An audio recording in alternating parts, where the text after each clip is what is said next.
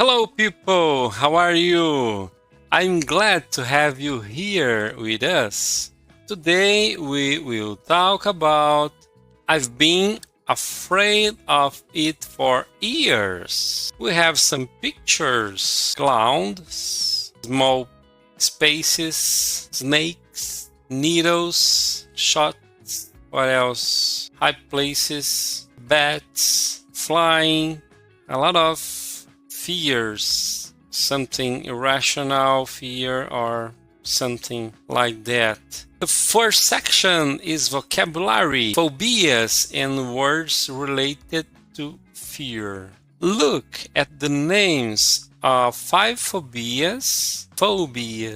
Match them to explanations A to E. We have acrophobia, glossophobia, agoraphobia, claustrophobia, and arachnophobia. The explanation A, people with this phobia are terrified of spiders, matches with arachnophobia, which is number 5 on the list. This first one, yes, because it's talking about spiders. Letter A, number 5, arachnophobia. Read for us, please, letter B. Letter B is this phobia can have a severe effect on sufferers' lives. These people are frightened of being in open and public spaces, like stores and busy streets.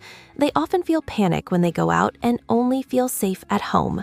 This describes agoraphobia, which is number 2. Letter C is people with this phobia are afraid of being in closed spaces, like elevators or traveling on the subway. This phobia can make life very difficult for people who live and work in cities.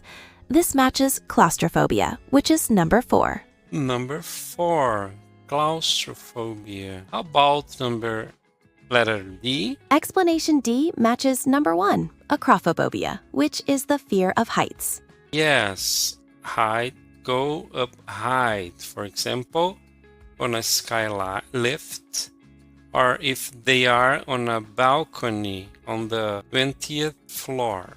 D is number 1. Well, that leaves explanation E. Letter E is people with this phobia suffer from a fear of public speaking. They get very nervous if they have to speak in front of other people, for example, at work or in class or at a conference. The actor Harrison Ford has been afraid of public speaking all his life. He even gets nervous when a character in a movie he is making has to make a speech. This is number 3, glossophobia. Letter C, read the explanations again. Find in the text. Number 1, the noun made from an adjective afraid. What is the answer? The noun made from the adjective afraid is phobia. The noun made from the adjective afraid, I think, is fear. Do you agree? Yes, that's correct. Fear is the noun. Yes. Number 2, one adjective that means very afraid. Very afraid. In the texts, Terrified, yeah. Synonyms for afraid. The 2 synonyms for afraid are frightened and scared. And scared. Perfect. Number 2, section 2, listening and speaking. Listen to 3 people talking about their phobias. Answer questions, 1 for each person. For example, the first one, what is he or she afraid of? So first, we're going to answer questions. Question 1. Let's go. 4.20. Do you have any phobias? Yes, I'm terrified of bats. Really? How long have you had the phobia? I've had it for about 40 years, since I was 12 years old. At my school, we had a swimming pool, and the changing rooms were in an old building near the pool. On the first day at school, our teacher told us that there were bats in there and that we shouldn't move around too much because they might start flying around and get into our hair. She also said we shouldn't turn the lights on because this would wake up the bats. We had to change as quickly and quietly as possible. Did a bat ever fly into your hair? No, nothing ever happened, but I was terrified just at the thought of it. Does it affect your life at all?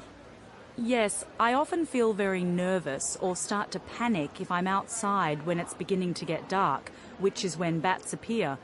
If I'm sitting in my yard in the evening, I always have a tennis racket, so if a bat flies near me, I can protect myself. And I can't watch a TV documentary about bats, or even look at them in photos. 2. Do you have any phobias? Yes, I get very bad claustrophobia. How long have you had the phobia? It just started one morning about 10 years ago. I was going to work on the train, and it was very crowded. I started thinking that if there were an accident, I'd never get out. I had a panic attack, and I sort of felt my heart beating very quickly. I had to get off the train. How does your phobia affect your life? Well, I can't travel on crowded trains. I never ever travel on the subway because my worst nightmare would be if the train stopped in the tunnel. I also try to avoid elevators. What else? Oh, yes. If I'm flying, I have to have an aisle seat. I can't sit by the window. 3. Do you have any phobias? Yes, I have a pretty unusual phobia. I'm scared of clowns. Clowns? Really? How long have you had it? I've had it for a long time, since I was a child. How did it start? Well, I remember I went on a school trip to the circus when I was 6 or 7 years old, and there were clowns. I thought they were sort of stupid, but I wasn't really afraid of them. Then I went to a birthday party and there were clowns, and they were showing us how to paint our faces. And I found I didn't like being near them. At first I just didn't like them, but over the years my feelings have changed to fear. Does your phobia affect your life at all? Not really, because luckily I don't see clowns very often. The question is, when did it start? For the number 1, the speaker 1, it started when she was 12. That's correct. It started when she was 12. For the speaker 2, it started about 10 years ago. Got it. It started about 10 years ago. About the third speaker, it started when she was 6 or 7. That looks correct too. What's the next question?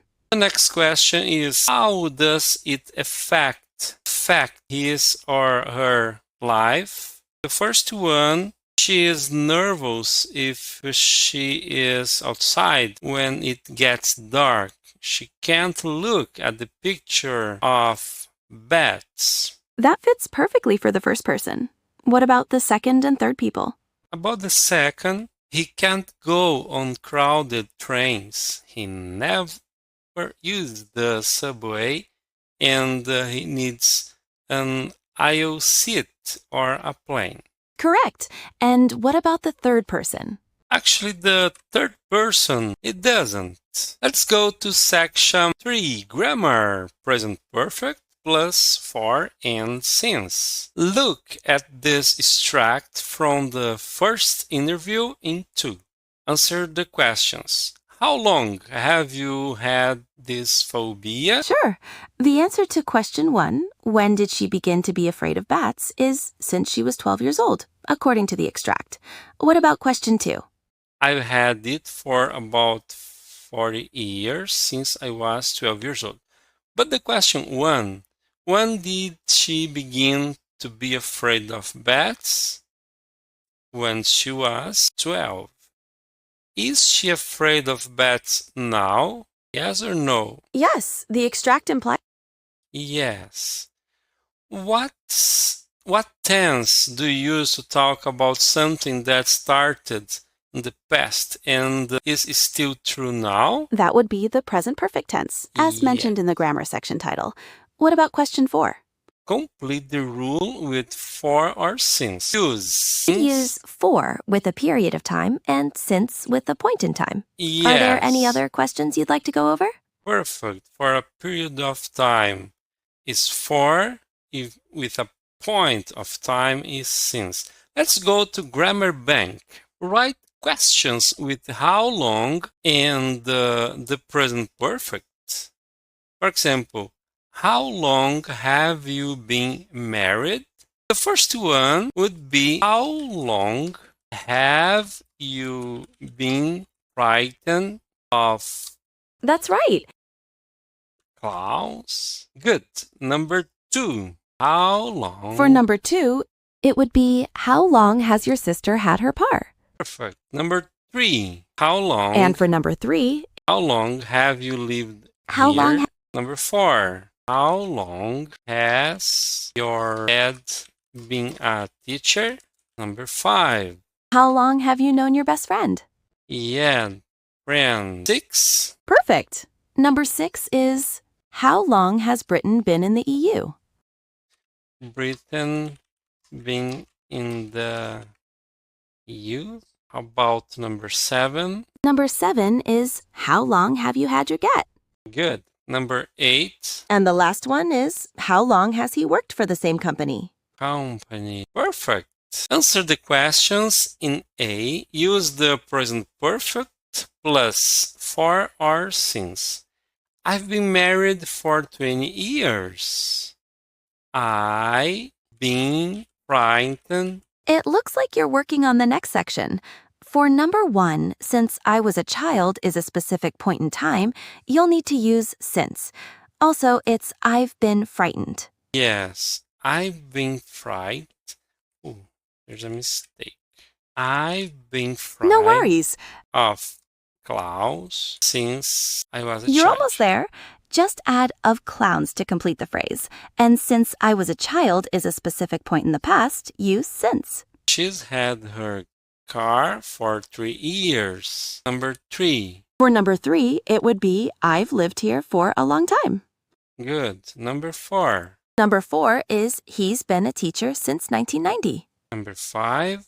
For number 5, it would be I've known him since elementary school. Sorry? Oh, I misspoke. Since the prompt asks for your best friend, it should be I've known my best friend since elementary school. Yes, because you answered the 5 question. How long have you known your best friend? I've known my best friend since elementary school. Number 6. How long has Britain been in the UK? It's been in the EU since 1973. Number 7. We've had our cat for about 2 We've years. had about 2 years. And for number 8, it should be he's worked for the same company since 2008. I think this question is very hard. Pronunciation, sentence stress, letter B. Listen and write 5 sentences. We're going to listen the sentence and write here. Let's go. Are you ready? That sounds like a good... I'm ready when you are. 4.24. 1, How long have you worked here? 2. They've been married for 20 years. 3, She hasn't traveled by plane since 2005. 4. How long has he lived in Thailand? 5. We've known them for a long time. Is everything correct? How long have you worked here? They've been married for 20 years. She hasn't traveled by plane since 2005. How long have he lived in Thailand? You've known them for a long time. Perfect. Let's go to the last section, reading. Do you know of any kinds of treatment for people who have phobias? Read the text and mark the sentences true or false. There are many different kinds of phobias, and they affect at least a quarter of the population. But doctors believe that they may soon have a cure. They have discovered that a drug, which is given to patients suffering from tuberculosis, can also help people to overcome their phobias. The normal treatment for people with strong phobias is some kind of exposure therapy. Yes, the most commonly used exposure therapy involves gradually exposing people to the object or situation that produces the fear. For example, if you have dentist phobia, you might first sit in the waiting room of a dentist, then talk to the dentist, and then sit in the dentist's chair. These exposures are combined with relaxation techniques. Could you continue, please? However, exposure therapy does not work for everybody, and doctors think that the new drug, which causes changes to a part of the brain that is used in learning and memory, could be used in the future to make this therapy more effective. Michael Davis at Emory University School of Medicine in Atlanta, Georgia, did a study with 30 acrophobics, people who are scared of heights, and put them in a glass elevator that appeared to go up and down. The people who were given the pill felt much less afraid than those who took a placebo.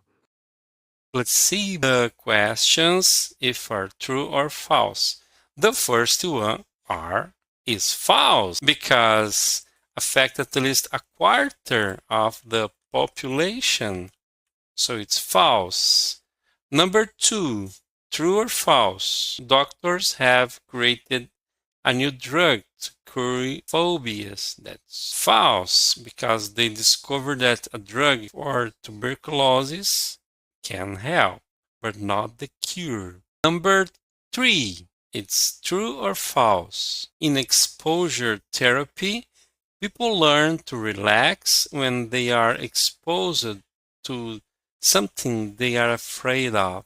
That's true. Number 4, exposure therapy is always successful. It's false. The drug affects the way people learn and remember things.